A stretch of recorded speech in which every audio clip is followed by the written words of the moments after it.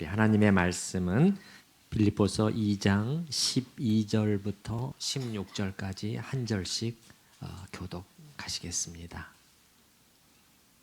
그러므로 나의 사랑하는 자들아, 너희가 나 있을 때뿐 아니라 더욱 지금 나 없을 때에도 항상 복종하여 두렵고 떨림으로 너희 구원을 이루라.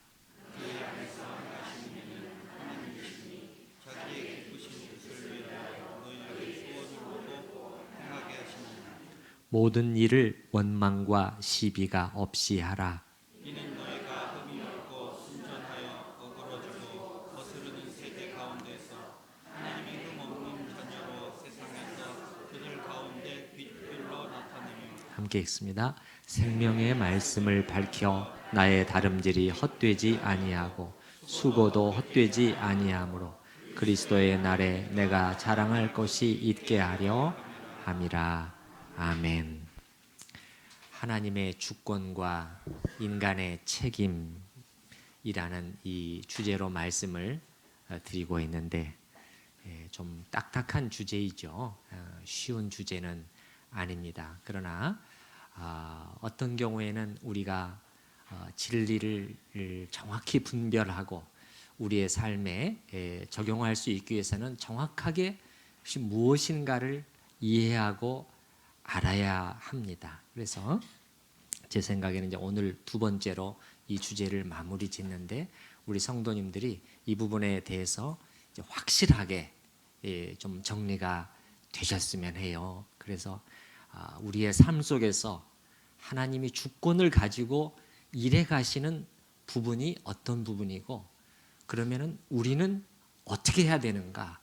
우리의 삶 속에서 우리의 영역은 우리의 책임은 어디까지인가 하는 부분을 이렇게 좀 정확하게 정리를 해내서 이 다음에는 그런 질문이 들어올 때도 오케이, 나는 그때 정확히 내가 이해했고 이제 그 부분은 내게 다 정리가 됐습니다. 그렇게 할 수 있도록 모호한 상태에 있지 않도록 그렇게 하셨으면 좋겠어요. 우리가 지난번에 봤습니다마는 특별히 우리는 장로교 개혁파의 신학자, 하나님의 주권을 강조하는 신학자들이 보니까 하나님 숫자적으로 보면은 어떻게 이해를 했다? 몇 대 몇으로 숫자로 보면 하나님 하시는 영역과 우리 인간의 하는 영역을 몇 대 몇으로 100대 100으로 어떻게 보면은 분명히 하나님과 우리가 같이 일하는 거니까는 협력은 협력인데 이게 아니더라는 것입니다. 하나님이 우리를 향해서 50보, 우리는 하나님을 향해서 50보. 그래서 뭔가 일이 이루어지는 100이라기보다는 오히려 이분들이 말하는 숫자는 하나님이 우리 안에서 일하신다. 100이더라는 거예요. 전체를 일하신다. 그러므로 우리도 일한다. 또 이게 80도 아니고 90도 아니고 또 100이더라는 것입니다. 숫자로 보면 이해가 안 되는 숫자이지만 그러나 이게 정확한 답이라고 저는 결론을 내렸고요. 왜 제가 우리 성도님들과 함께 이걸 나누게 했어요? 저 자신에게서 이것이 중요한 그 고민 내지는 파고들어야 하는 주제가 되었었기 때문에 그리고 저에게 이제 성경도 찾아보고 신학 서적도 찾아보고 그렇게 하면서 이제 제가 결론을 내린 것이기 때문에 그래서 그 장로교 신학자들뿐만 아니라 성경도 지난번에 그래서 우리가 총 그 구약과 신약의 세 구절을 집중적으로 찾아봤습니다. 그냥 간단히 본 것이 아니라 이렇게 자세히 찾아보면서 보니까 하나님의 사람들도 그냥 이 100대 100을 숫자로 말하지는 않지만은 그것을 이상하게 생각하지 않고 오히려 가장 자연스럽게 받아들이고 하나님이 일하시는구나. 우리 속에서 내 안에서 일하시는구나. 그러므로 나도 최선을 다해야지 하는 이 100대 100의 관계를 아주 자연스럽게 받아들이고 삶 속에서 역동적으로 믿음의 삶을 살아내고 하나님께는 영광을 돌리는 그러한 것을 우리가 확인을 한 것이죠.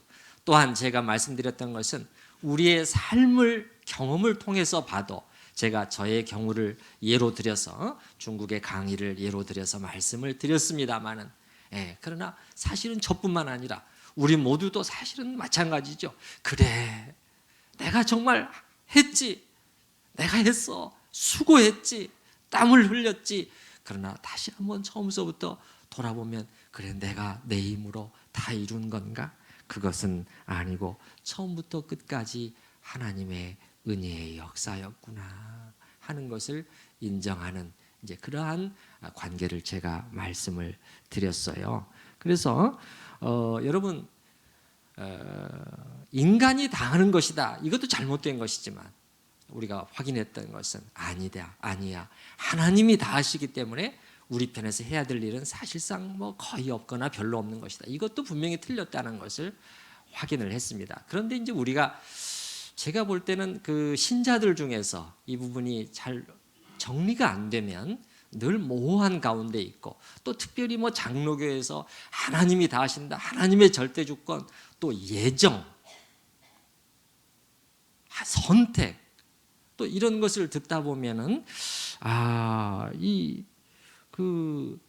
뭔가 우리들 속에서 그 부분에서 오해하는 결론에 자기도 모르는 사이에, 자기 이제 입으로는 말하지 않지만 자기 마음의 한 구석에서 그 정확하게 모르는 그 예정교리나 그런 것들을 이렇게 나름대로 결론을 내리고 오히려 뭔가를 안 하려고 하는 것이 오히려 하나님의 뜻에 합한 것처럼 그렇게 이해하는, 그러니까 우리 장로교 신자들 중에서 특히 그런 분들이 많은 것 같아요. 그러다 보면 어떻게 되냐, 영적인 잠을 자는 것이죠.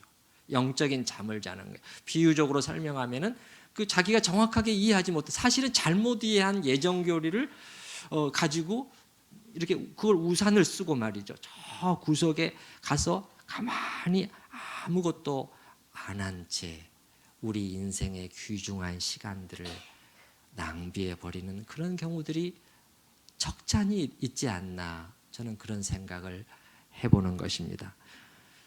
여기서 예정 얘기가 나왔으니까 제가 조금만 더 말씀드리면, 이 부분을 뭐 자세히 설명하는 것은 저의 오늘 주제는 아니고요. 성경은 정말 예정에 대해서 말씀하시는 것 같아요. 예를 들어서 에베소서 1장 11절에 보면은 모든 일을 그 마음의 원대로 역사하시는 자의 뜻을 따라 우리가 예정을 입어 그 안에서 기업이 되었으니, 이렇게 말씀하고 있거든요. 그런데 그 예정을 말한다고, 성경이 예정을 말한다고 해서 이런 식으로 가지는 않아요. 제가 찾아봤을 때 어떤 식으로, 그러니까는 예정되었음, 나는 선택받았음, 화살표, 그러므로 확실한 구원, 그 다음에 화살표. 우리 생각에는 이쪽으로 갈 것 같거든요. 이쪽으로. 뭐죠? 그럼 확실한 구원. 어떻게 살아도 구원은 보장된 거 아니에요. 왜? 하나님이 택하셨는데 이보다 더 확실한 게 어디 있어? 그러면 우리 생각에는 뭐 적당히 살아도 됨, 이런 쪽으로 갈 것 같은데 이상해요. 성경은 예정을 많이 말하고 선택을 말하는 바로 그 자리에서 이쪽으로 가버려요. 저는 성경을 읽으면서 성경의 논리와 우리의 논리의 흐름이 종종 같지 않은 것을 발견해요.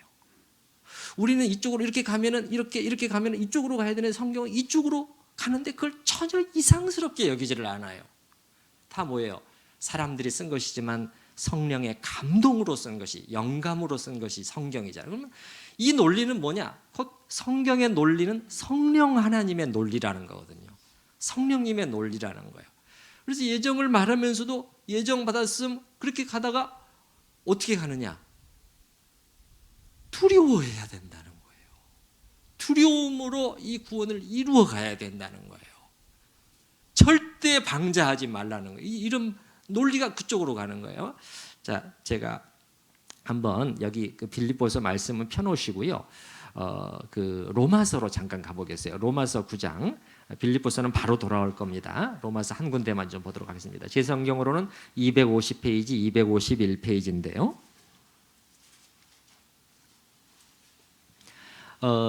여기 9장서부터 11장까지가 그 예정론과 관련된 중요한 장들이거든요. 예, 그래서 자세히 말씀을 안 드리겠습니다만 여러분이 예를 들어서 그 9장 12절에 보시게 되면은 하나님께서 리브가에게 이르시되 큰 자가 어린 자를 섬기리라 하셨나. 이건 무슨 말 야곱과 에서의 관계를 말하는 거예요. 그들이 태어나기도 전에 하나님께서 이렇게 말씀하셨다는 거예요. 그래서 13절에 기록된 바 내가 야곱은 사랑하고 에서는 미워하였다 하신 것과 같으니라. 그러면서 15절에 보시게 되면 모세에게 이르시되 내가 긍휼히 여길 자를 긍휼히 여기고 불쌍히 여길 자를 불쌍히 여기리라 하셨어요. 이건 하나님의 마음대로 역사하시는 하나님의 주권을 가리키는 표현 아닙니까? 16절에 보면 그런즉 원하는 자로 말미암음도 아니요 다른 박질하는 자로 말미암음도 아니요 오직 긍휼히 여기시는 하나님으로 말미암음이니라. 우리가 원한다고 우리가 다른 박질한다고 되는 것이 아니고 하나님의 긍휼히 여기 이것만큼 하나님의 철저한 지금 그 주권을 강조하는 표현들이 어디 있습니까? 또 그 밑으로 내려가셔서 9장 20절에 보시게 되면 저 유명한 토기장이의 비유가 나오잖아요. 토기장이의 비유. 사실 저는 오래전에 이 구절을 놓고 아주 심한 그 갈등과 고민에 빠졌어요. 예. 그래서 과연 하나님이 그 선하고 의로우신 분이신가? 제가 하나님 앞에 정말 무릎 꿇고 겸손하게 그러나 주님 저는 이해가 안 됩니다 하면서 하나님의 뜻을 구했던 구절 부분 이 부분이거든요.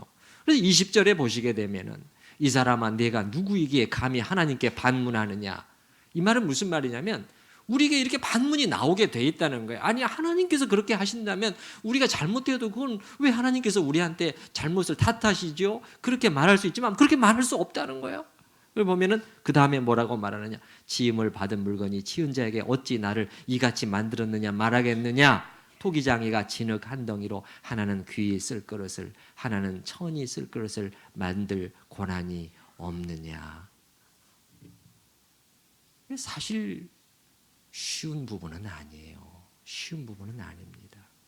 근데 우리들 속에 이렇게 되면은 사실은 굉장히 뭐랄까 이 뭔가 좀 불편 같은 것이 나올 수 있는데요. 사도 바울은 쫙 이러한 하나님의 그 일하심을 하고서는 말씀하고 나서는 마지막에 11장 33절에 보게 되면요. 도저히 하나님의 일하심을 우리가 어떻게 알아낼 수 있느냐? 불가능하다 하면서 덕설로지 그러니까는 송령으로 끝나요. 그래서 33절 깊도다 하나님의 지혜와 지식의 풍성하며 그의 판단은 헤아리지 못할 것이며 그의 길은 찾지 못할 것이로다. 그러면서 35절 누가 먼저 주께 먼저 드려 갚으심을 받겠느냐. 이는 만물이 주에게서 나오고 주로 말미암고 주에게로 돌아가리라. 그에게 영광이 세세히 있을지어다. 이 성경의 논리예요.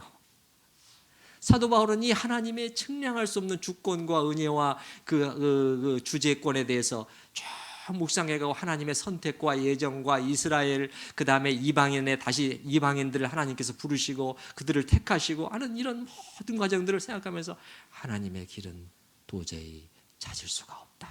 영광이 그에게 세세토록 있을지어다 하면서 그 마음으로 이 송령을 터뜨리는데 여러분.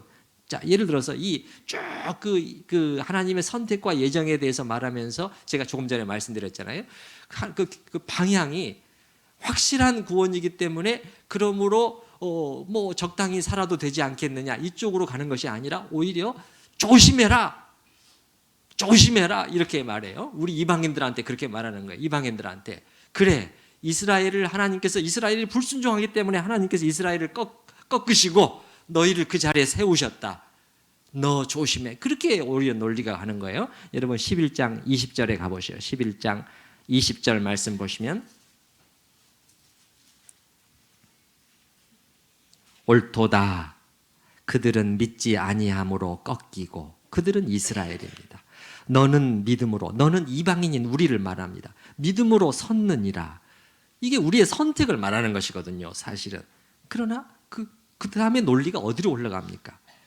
높은 마음을 품지 말고 도리어 어떻게 하라? 두려워해야 된다. 이게 성경의 논리라니까요. 이상하지 않아요? 하나님이 우리를 택하셨기 때문에 확실한 구원, 이게 분명한 확신, 구원 바뀔 수 없는 그러나 도리어 두려워하라. 그 다음 말씀은 더 무서워, 더 세요. 21절 말씀을 같이 읽어보십시다. 하나님이 원가지들도 아끼지 아니하셨은즉 너도 아끼지 아니하시리라. 이게 어떻게 된 거냐 말이에요. 이 성경에 참 신비한 논리라는 것을 저는 발견하게 되는데, 점점 제가 깨닫게 되는 것은 우리 눈에 보기에 이게 모순인 것처럼 보이지만은 이 모순은 이 진리 자체에는 있지 않고 하나님이 일하시는 방법에는 전혀 모순됨이 없는데 죄로 훼손된 우리의 이 심성이 그렇게 비뚤어지게 보고 있구나 하는 것을 저는 점점 깨닫게 돼요. 그래서 여러분, 이 이스라엘 사람들도 참 선민 사상이 강하잖아요. 우리야말로 택함 받은 민족이라는 거예요. 그렇죠? 아주 그거 하나 가지고 이스라엘은 그 자부심으로 버티고 살아가는 거잖아요. 근데 세례 요한이 와서 뭐라고 얘기하죠? 이스라엘, 아브라함의 자손, 그렇게 말하지 말라는 거예요. 이 사람들아, 하나님께서 너희가 아니라 너희가 잘못하면 하나님께서 너희를 제치시고 여기 있는 돌덩어리를 들어가지고도 아브라함의 자손으로 만드실 수 있는 분이 우리 하나님이시야. 그러니까 아브라함의 자손이라고 말하지 말고 회개하고 회개에 합당한 삶을 살라는 거예요. 그 삶이, 그 열매가 맺히지 아니하면 하나님께서는 이 좋은 열매를 맺지 아니하는 나무마다 이 찍어 불에 던지우신다, 이렇게 말하고 있다니까요. 제가 그 부분을 한번 읽어드려 볼게요. 마태복음 3장 8절인데요. 여러분 찾아보실 필요 없고 그냥 제가 읽어드릴게요. 마태복음 3장 8절부터 보면, 그러니까 그들이, 이스라엘 백성들이 말이죠, 우리는 아브라함의 자손이야. 누가 우리를 손댈 수 있어? 하나님이 우리를 버리시겠어? 응? 우리는 택함 받은 민족. 그거 가지고 늘 얘기. 그런데 문제는 뭐예요? 말씀대로는 안 사는 거예요. 회개하지도 않고 하나님의 말씀에는 귀를 닫고 말이죠. 이기적이고 약한 사람들을 오히려 착취하고, 그리고 서로 싸우고 물어뜯고, 왜 이렇게 사는 것을 봤을 때 세례 요한은 뭐라고, 세례 요한을 통해서 하나님이 하시는 말씀이죠. 제가 읽어드려 볼게요. 마태복음 3장 8절. 그러므로 회개에 합당한 열매를 맺고 속으로 아브라함이 우리 조상이라고 생각하지 말라. 내가 너희에게 이르노니 하나님이 능히 이 돌들로도 아브라함의 자손이 되게 하시리라. 이미 도끼가 나무 뿌리에 놓였으니 좋은 열매를 맺지 아니하는 나무마다 찍어 불에 던지우리라. 이게 무슨 말이야? 좋은 열매, 회개에 합당한 열매라는 거예요. 너희가 아브라함의 자손이야? 그러면 아브라함의 자손의 열매가 나타나야지. 그게 무슨 아브라함의 자손이냐는 거예요. 이게 성경의 논리더라니까요.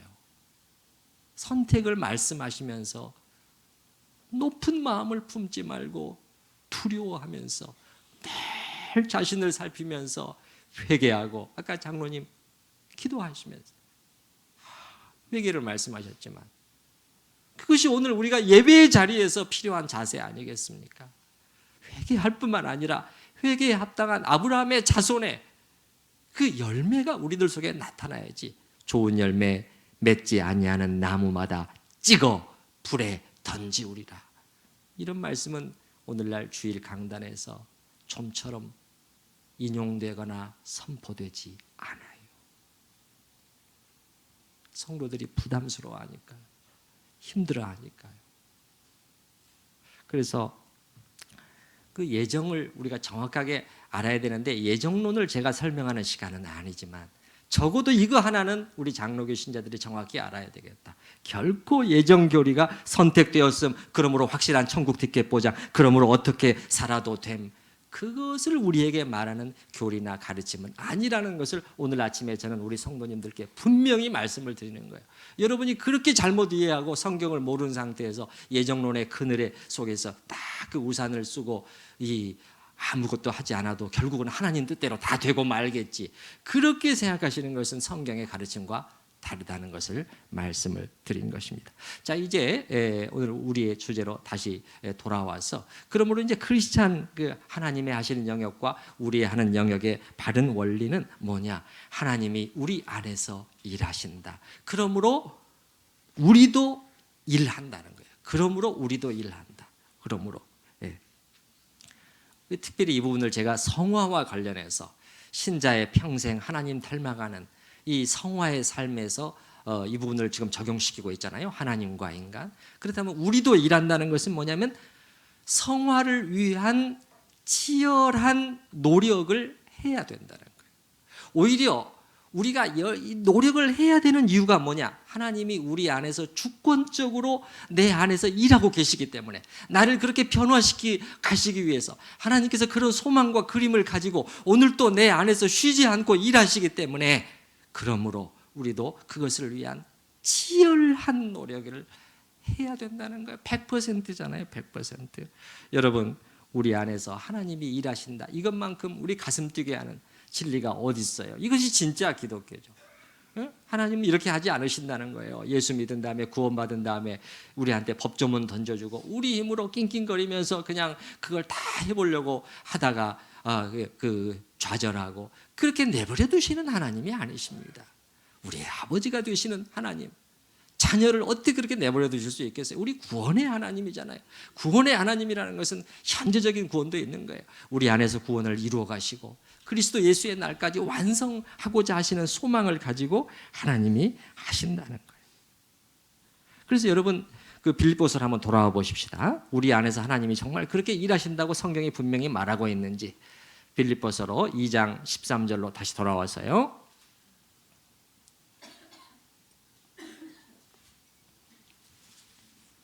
빌립보서 2장 13절이 어떻게 시작합니까? 너희 안에서 행하시는 이는 하나님이시니.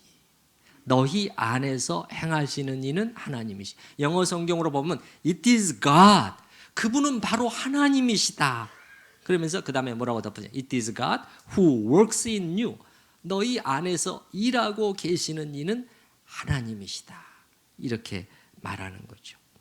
그럼 어떻게 일하시는 거냐? 그 다음에 보게 되면 자기의 기쁘신 뜻을 위하여 너희에게 소원을 두고 행하게 하신다, 이렇게 되어 있는데, 이 우리말 번역 굉장히 어렵고 그 다음에 정확하게 번역됐다고 제가 보기가 어려워요. 쭉 여러 가지 번역문과 이 원어들을 다 좀 대조해 봤는데요, 이런 의미예요. 너희 안에서 행하시는 이는 하나님이시니 자기의 하나님의 그 기쁘신 뜻을 너희가 원하도록 하나님의 그 기쁘신 뜻을 너희도 자원해서 원하도록, 그 다음에 행한다, 또 원할 뿐만 아니라 너희가 실제로 행할 수 있도록 하나님께서 너희 안에서 일하고 계신다, 그런 뜻이에요. 이 말씀의 의미가. 제가 새 번역을 읽어드려 볼게요. 이게 훨씬 더 정확하게 쉽게 번역이 되어 있어요. 제가 한번 읽어드려 볼게요. 2장 13절인데요. 하나님께서는 여러분 안에서 활동하셔서 여러분으로 하여금 하나님을 기쁘시게 할 것을 염원하고 실천하게 하시는 분이십니다. 혹은 공동번역도 괜찮아요. 크게 틀리지 않았어요. 이렇게 약간 다르게 번역해놨어요. 여러분 안에 계셔서 여러분에게 당신의 뜻에, 하나님의 뜻에 맞는 일을 하고자 하는 마음을 일으켜 주시고 그 일을 할 힘을 주시는 분은 하느님이십니다. 비교적 정확한 번역이에요. 하나님이 이렇게 일하신다는 거예요. 이렇게 우리 안에서 소원을 불러일으키시는데, 이게 신비로운 초자연적인 에너지죠. 영적인 이 에너지가 우리 안에서 작동을 하는 거예요, 하나님께서. 그래서 하나님을 뜻을 따라 살고자 하는 거룩한 소원을 일으켜내신다는 거예요. 이게 없으면 우리는 정말 죄와 탐욕과 세상 사람과 미워함과 그런 쪽으로만 치닫게 되어 있는 것이 우리 인간이에요.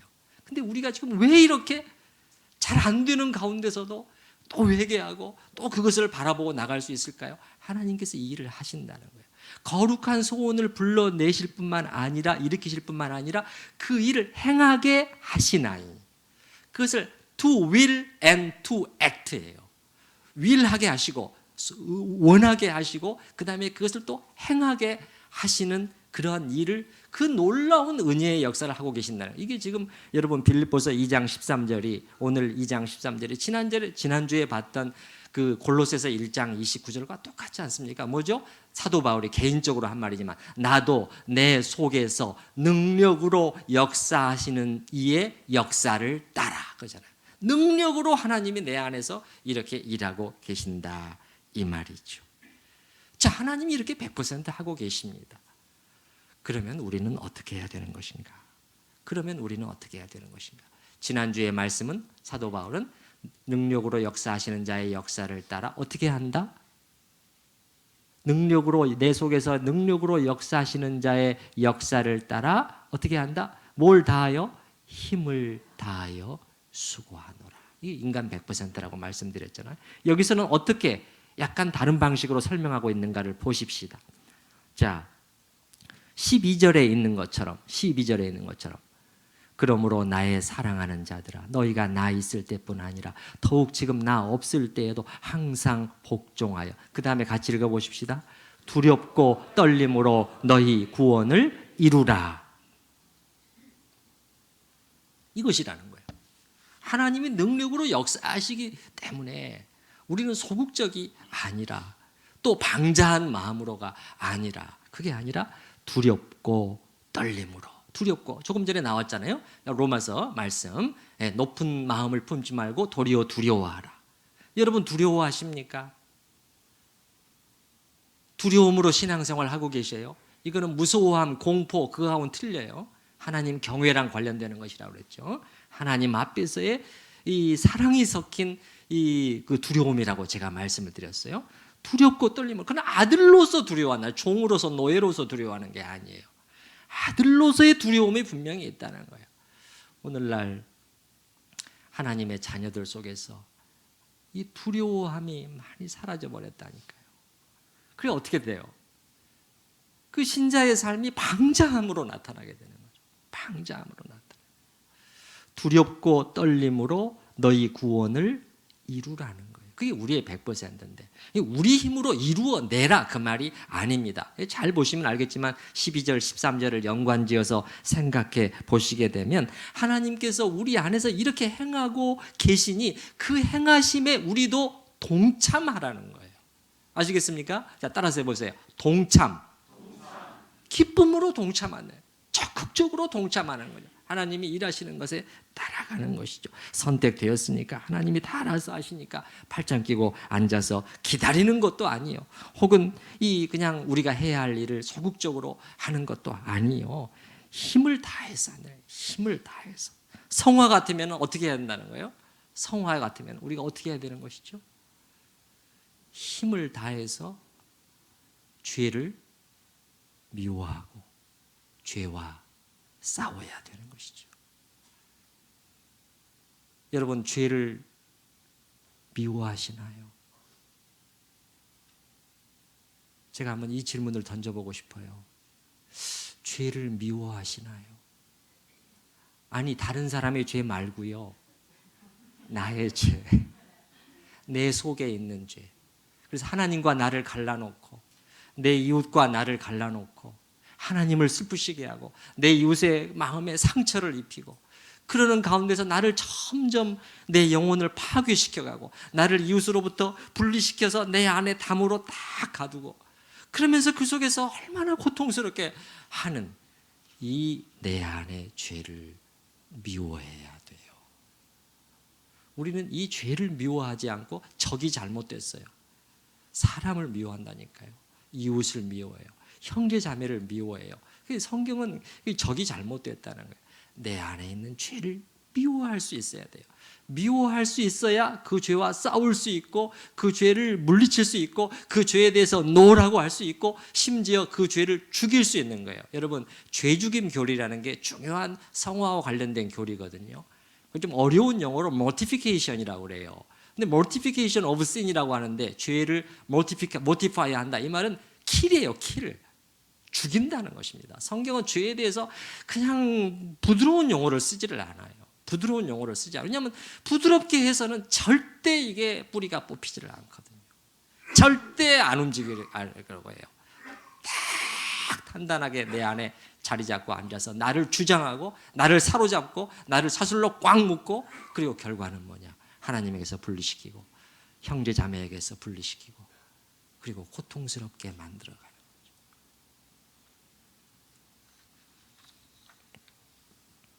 그래서 하나님이 우리 안에서 일하시지만 우리도 또한 일해야 한다는 것입니다.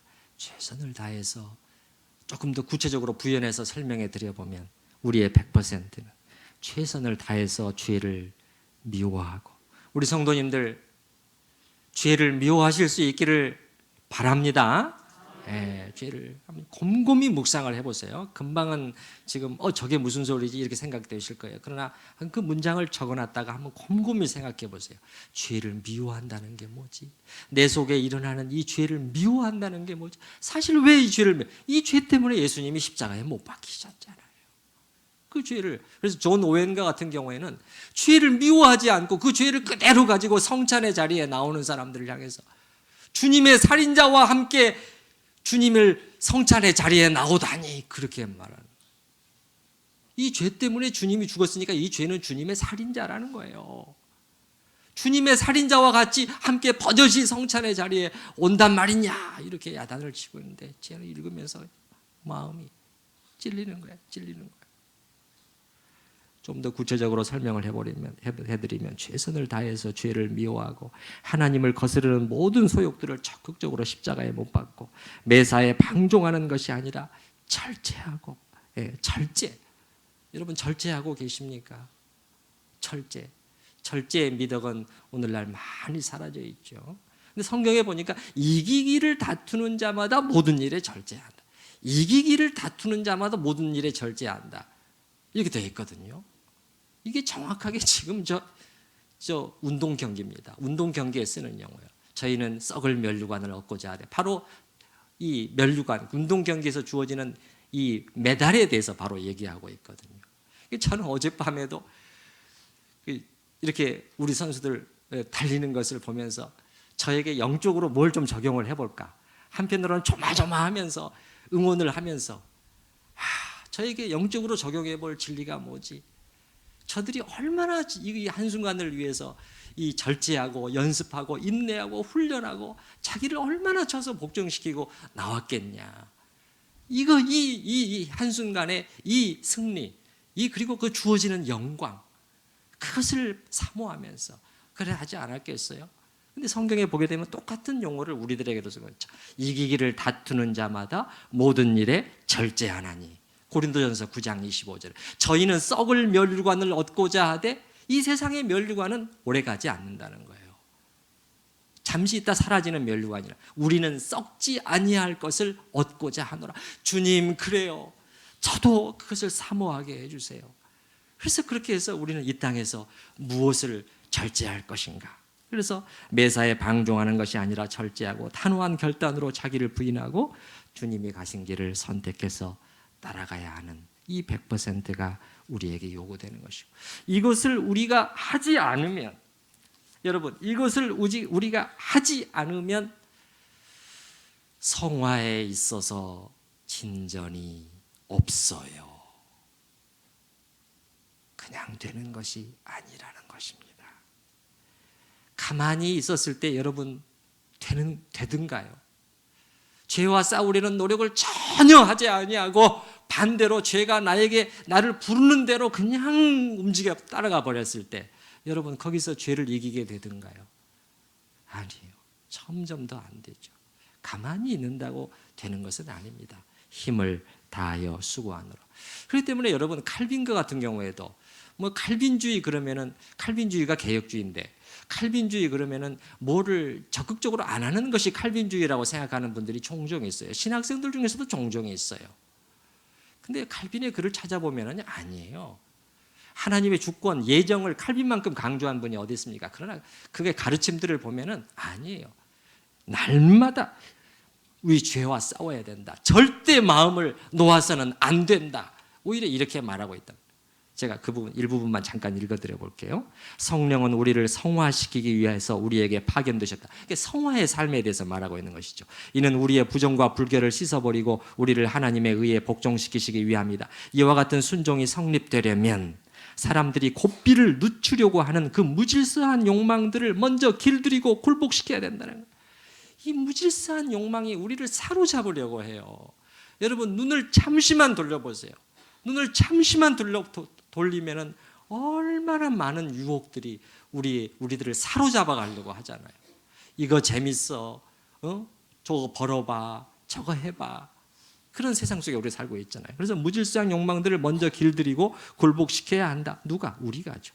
우리는 성령의 거룩해 하심으로 정결케 되지만, 성령님이 우리를 하시지만 육신을 입고 있는 동안은 많은 악행들과 연약함에 둘러싸여 있는 것이 우리라는 거예요. 그래서 이렇게 말합니다. 완전과는 아주 먼 우리는 꾸준히 계속해서 전진해야 하며 악행들에 얽혀져 있지만 날마다 그 죄들과 싸워야 한다. 여러분이 싸우는 과정에 반드시 일어나는 게 뭐죠? 갈등이죠. 왜 이렇게 또 넘어졌지? 갈등이 있는 것이 정상입니다. 오히려 갈등이 전혀 없이 죄의 자신을 방임해버리는 분들은 갈등도 없는 것이죠. 마지막 부분, 이 사실에서 우리는 우리가 태만과 부주의를 떨쳐버리고 정신을 집중하여 우리의 육의 전술에 부지불식간에 압도되지 않도록 감시해야 한다는 결론에 이르게 된다. 그래서 여러분, 칼빈이 늘 경계했던 것은 성화를 위한 노력을 경계한 것이 아니라, 정확하게 말씀을 드리면 공로사상이에요. 공로사상. 그 말은 무슨 말이냐? 내 힘과 내 능으로 이것을 이루었다. 그 공로사상을 가장 경계했는 겁니다. 왜 그렇죠? 내가 했다 그러면 어디로 가버리죠? 내 자랑으로 연결되죠. 그 다음에 나의 교만으로 연결돼요. 이것은 하나님의 영광을 너무너무 가리는, 우리 개혁주의 사상에 크게 위배되기 때문에 공로사상을 경계한 것이지 거룩을 위한 노력을 경계한 것은 아니에요. 근데 우리가 지금 말하고 있는 것은 어떻습니까, 여러분? 그게 아니지 않습니까? 우리 공로를 말하고 있는 게 아니잖아요. 우리는 하나님 100%를 인정하고 들어왔잖아요. 시작서부터. 처음서부터 끝까지 주의 은혜로라. 그걸 인정하고 우리는 들어갔잖아요. 우리가 다 이루어도 주님 뭐라고 고백할 수밖에 없는, 주님, 저 같은 자가 이렇게 어떻게 이 일을 할 수 있습니까? 어떻게 이렇게 자기를 부인할 수 있습니까? 어떻게 이렇게 형제를 사랑할 수 있습니까? 어떻게 이렇게 형제 앞에 내가 용서를 구할 수 있습니까? 그 일은 제가 할 수 있는 것이 아닙니다. 이렇게 고백할 수밖에 없는 우리잖아요. 우리는 공로가 아니에요. 그러나 그렇게 하나님의 공로는 다 하나님께 돌리고 예수 그리스도의 공로를 의지하면서, 그러나 우리는 최선을 다해서 해야 된다는 것. 우리가 그렇게 할 때 여러분, 점점 더 오히려 느끼게 되는 것은, 우리가 열심히 거룩을 위해서 노력을 할 때, 그렇게 하지 않을 때에 비해서 더 느끼게 되는 것은 뭐냐? 오히려 하나님께서 내 안에서 그 일을 적극적으로 능력으로 이루어 가시는구나 하는 것을 맛보게 된다는 것이죠. 그래서 안토니 후쿠마라고 하는 개혁주의, 중요한 개혁주의 신학자도 이렇게 말해요. 우리가 성화에 적극적일수록, 소극적이 아니고 적극적일수록 우리는 활기를 불어넣어주는 능력이 하나님의 능력이라는 것을 더욱 확신할 수 있게 될 것이라는 거예요. 적극적으로 할수록 오히려 하나님의 능력을 더 맛보게 된다는 것이죠. 자, 이제 그러면 우리의 100%에 대해서 사도가 이 오늘 본문에서 조금 더 구체적으로 뭐라고 말하고 있는지를 좀 간단하게 훑어보고 마무리하도록 하겠습니다. 자, 12절 다시 한번 보시면, 빌립보서 2장 12절에 보면은 너희가 나 있을 때뿐 아니라 더욱 지금 나 없을 때에도 항상 뭐하여? 복종하여. 이 복종은 앞에 복종하고 연결되어 있단 말이에요. 왜냐하면 12절에 그러므로 그렇게 말하잖아요. 그럼 그러므로 앞쪽에는 누구의 복종을 말하고 있죠? 누구의 겸손과 복종? 예수 그리스도의 복종, 그 겸손과 복종을 말씀하고 있잖아요. 이렇게 우리가 해야 된다는 거예요. 이게 성화의 노력이라는 거예요. 8절 보시게 되면, 사람의 모양으로 나타나사 자기를 뭐 하시고? 자기를 낮추시고. 그런 자격이 있는 분이었음에도 불구하고 자기를 바닥까지 낮추시고 죽기까지 뭐 하셨으니? 복종하셨으니 곧 십자가에 죽으심이라. 우리의 100%는 이런 모양으로 나타나야 된다는 거예요. 특히 이제 사도는 이걸 교회 공동체 안에서라는 그러한 문맥을 염두에 두고 있는 거예요. 하나님의 자녀들, 하나님의 집인 이 교회 안에서 하나님의 교회를 세우기 위해서 더욱 겸손과 복종으로 행해야 된다. 그 13절에 왜냐하면 하나님께서 이렇게 일하고 계시기 때문에 하나님의 그 기쁘신 뜻을 위하여 그 기쁘신 뜻을 여러분도 원하고 행할 수 있도록 하고 그 기쁘신 뜻들이 다 나타나고 있잖아요. 14절에 예를 들면은 모든 일을 뭐와 뭐가 없이 하라. 원망과 시비가 없이 하라. 이 원망은 불평을 가리키는 단어고요. 시비는 다툼을 가리키는 단어예요. 불평과 다툼을 말합니다. 그런 것이 없도록 하나님의 교회 안에서 행하라는 것이죠. 이 원망, 이 불평이라는 단어는 특별히 그 한센이라는 주석학자는요, 뒤에서 하는 걸 더 가리키는 의미라고 우리한테 풀어줘요. 뒤에서 그 사람이 없는 데서 안 보는 데서 그 사람에 대해서 부정적인 말과 안 좋은 말을 이렇게 자꾸 하는 것, 속삭이는 것이라고 그렇게 표현하고 있어요. 예, 그게 이 여기서 말하는 원망이라는 거예요. 여러분 교회 안에서 어떠십니까? 제가 부탁드리고 싶은 것은 만약에 정말 불평이 있으면은 차라리 가서 얘기하십시오. 차라리 가서 얘기하셔요. 그게 훨씬 더 좋은 것입니다. 그렇게 할 수가 없다면 입을 다무시고 하나님과 여러분 사이에서만 말씀하셔요. 그래서 이 원망과 시비, 다툼이 없이 하라. 이 다툼은 뭐냐면은 교회 안에서 자기 주장만을 내세워서 분리와 분열을 가져오는 행동을 가리키는 것입니다. 그 다음에 15절에 이는 너희가 한번 15절 같이 읽어보십시다. 이는 너희가 흠이 없고 순전하여 어그러지고 거스르는 세대 가운데서 하나님의 흠없는 자녀로 세상에서 그들 가운데 빛들로 나타내며 그 어그러지고 거스르는 세대 이거는 앞에 14절과 무관하지 않다고 해요. 자, 이 세상 하나님이 없는 세상은 불평과 다툼이 난무하는 곳이지만 여러분은 하나님의 자녀로서 여러분 안에서는 그런 것들이 제거돼야 됩니다. 그런 것이죠. 제거돼야 됩니다. 근데요, 여러분, 제가 지난주에 혹시 기억하실지 모르겠지만은 하나님께서 우리를 부르시는 수준은 아주 높다고 말씀드렸어요. 그걸 높은 수준을 제가 두 단어로 설명을 해드렸는데 그것은 완전이었어요. 우리 이 땅에서 완전한 성화에 도달하는 것은 절대 불가능하지만 그러나 성경은 그 완전을 향해서 매일같이 나가야 된다. 그래서 제가 골로새서 1장 28절 인용 읽어드렸잖아요. 우리가 그를 전파하여 각 사람을 권하고 각 모든 지혜로 각 사람을 가르침은 각 사람을 그리스도 안에서 이 목표는 각 사람을 그리스도 안에서 완전한 자로 세우려 함이니. 그런데 여기도 그렇게 나와 있네요. 15절에서 이 완전에 해당하는 단어가 두 번이나 반복이 되고 있네요. 무슨 단어일까요? 흠이 없을 정도의 수준이어야 된다는 거예요. 흠이 없다는 뜻은 학자들은 이렇게 말합니다. 특별히 외인들에게서 비난을 받지 않을 수 있을 정도의 외인이 감히 흠을 잡을 수 없을 정도의 그런 수준이어야 된다는 거예요. 이런 말을 읽으면 참 가슴이 아프죠. 우리 한국교회 상황을 특히 더 생각을 할 때 가슴이 더 아프죠. 이번에 설날에 가족과 친지들이 모여서 여러 가지 얘기들이 나오다 보면 다양한 얘기들도 나오고 신앙 얘기도 나오고 교회 얘기도 나오는데 특별히 개신교인이 아닌 분들은 금방 교회 얘기, 두 교회 얘기가 금방 나오는 거예요. 두 교회 요즘 방송에 자꾸 나오는 제가 구체적으로 말씀을 안 드릴게요. 그 교회가 무슨 교회라면서 그 방송에서 그 밑에 자막에 교회 이름까지 나왔다면서요. 그 교회에선 전에 이런 일도 있었다면서요. 또 방송에서 이렇게 요즘 그것 때문에 그냥 난리인 막 그 교회가 이 근처에 또 있다면서요. 저희는 유구무원이죠. 무슨 말을 할 수가 있겠어요. 입을 다무는 것이죠. 근데 여기서 보면은 하나님의 자녀들이 여기 보셔요. 이 15절 이 우리를 부르신 그 수준이 얼마나 높은지 보셔요, 여러분. 흠이 없고 그 다음에 순전해야 된다. 깨끗해야 된다. 이게 다 지금 성화의 삶을 말하는 거예요. 우리가 외적으로 무슨 봉사를 하고 전도를 하고 무슨 일을 하기 이전에 우리가 이런 하나님의 자녀들이 먼저 되어야 된다는 겁니다. 이게 하나님의 기뻐하시는 뜻이라는 거예요. 13절에 말하는. 그래서 너희가 흠이 없고 순전하여 어그러지고 거스르는 세대 가운데서도 하나님의 흠없는 자녀로 세상에서 그들 가운데 빛들로 나타낸다. 빛들로 나타낸다는 것은 뭐냐면 우리가 빛은 아니죠. 우리 안에 계신 누구가? 그리스도가 빛이시죠. 그러나 그 우리 안에 계신 그리스도를 우리가 드러낼 수 있는, 빛으로 드러낼 수 있을 정도로 너희의 모양이 되어야 된다. 그래서 16절에 보면 생명의 말씀에 꽉 밝혀라는 것은 붙들어, 그런 뜻이 더 가까워요. 생명의 말씀을 꽉 붙들어서 나의 다름질, 또 경주 얘기가 또 나오네요. 또 운동 경기예요.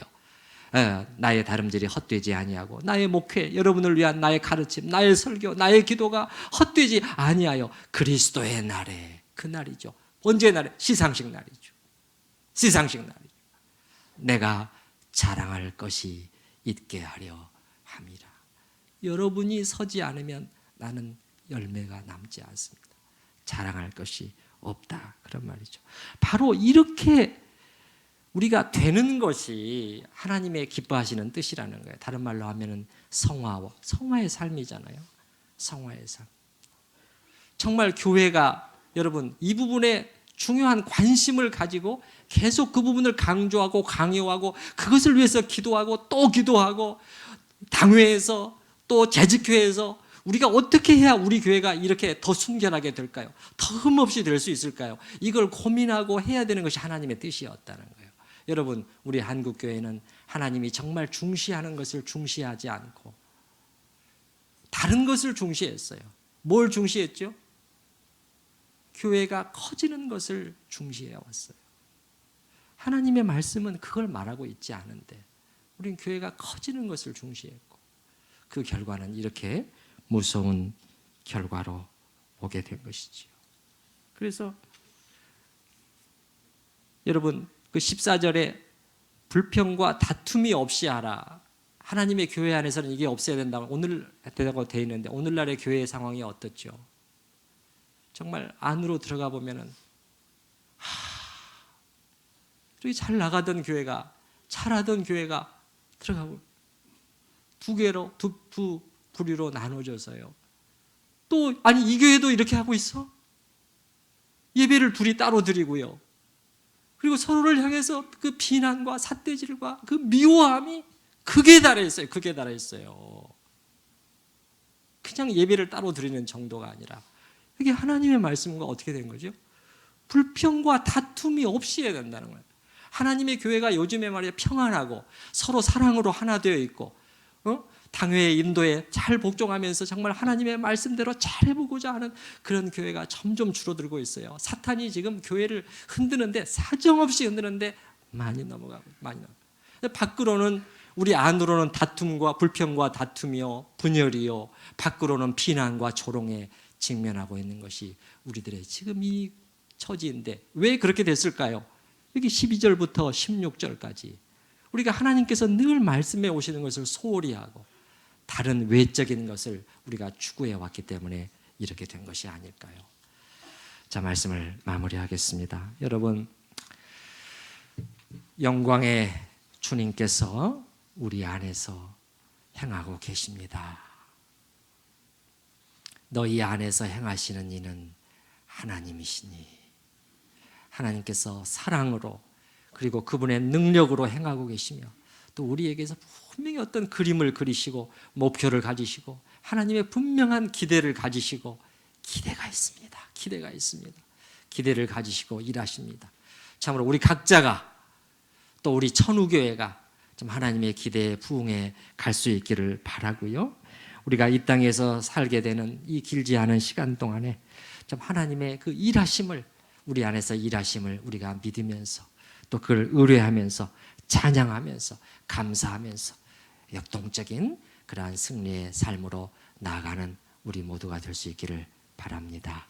우리 들으신 말씀을 생각을 하면서 하나님 아버지 지난주와 오늘을 생각을 하면서 내가 지금 해야 될 부분이 무엇인가? 나의 100%는 무엇이란 말인가? 내가 끊어내야 할 습관이 있다면 무엇인가? 내 안에서 나를 사로잡고 있는 욕심에 대해서 내가 무엇을 어떻게 해야 되는 것인가? 여러분 보다 구체적으로 생각을 하시면서 하나님의 도우심을 구하시면서 기도하십시다.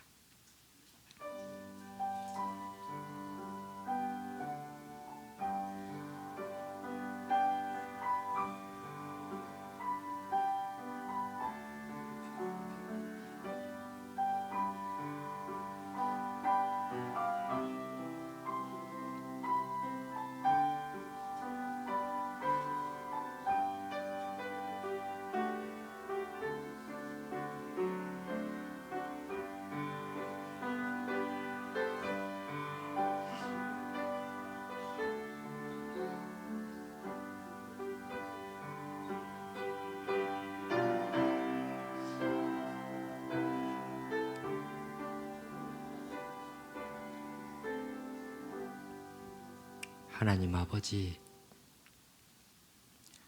주님의 말씀은 분명합니다. 너희 안에서 하나님이 행하고 계신다. 능력으로 행하고 계신다. 그러면 우리가 어떻게 해야 될 것인가? 가만히 앉아 있는 것이 아니라 두렵고 떨림으로, 두려움과 떨림으로 너희의 구원을 이루어가라. 하나님 이루어 가시는 하나님의 구원에 동참하라. 동참하라. 적극적으로 동참하라고 우리를 부르고 계시는데, 주님, 정말 우리가 바라봐야 할 것을 제대로 바라볼 수 있도록, 붙들어야 할 것을 붙들 수 있도록, 사모해야 할 것을 사모할 수 있도록 주님, 저희를, 그리고 저희 교회를 일깨워 주시옵소서. 아버지 하나님, 우리의 둘레는, 하나님의 이 교회는 너무나도 지금 애탈 정도로 안타까운 그러한 처지 속에 있지만, 우리가 낙심하지 아니하는 것은 주께서는 지금도 살아계시고 누구든지 주의 말씀에 반응하는 한 사람 혹은 한 교회를 통해서 불러 일으키시고 세우시고 당신의 영광을 위해서 사용하신다는 것입니다. 바로 거기에만 우리의 소망이 있습니다.